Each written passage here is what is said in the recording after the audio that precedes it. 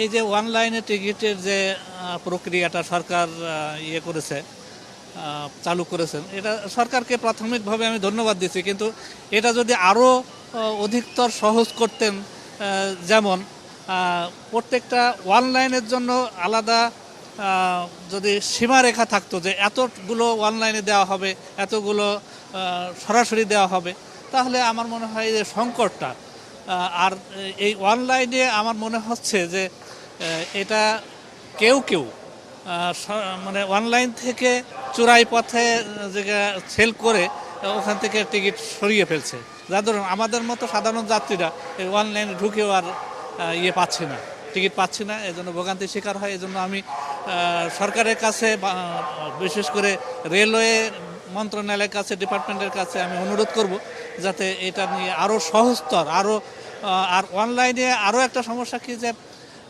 অনলাইনে ঢুকে যে সমস্ত যাত্রীরা কম লেখাপড়া জানেন, এদের টিকিট কাটতে আরও ভোগান্তি হয়। আমি নিজেও, আমি একজন শিক্ষিত মানুষ হয়েও আমিও হিমশিম খাই এরকম।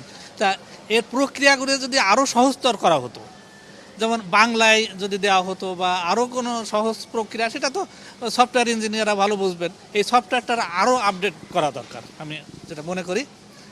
এটাই আর কি আমার কাছে শেষ।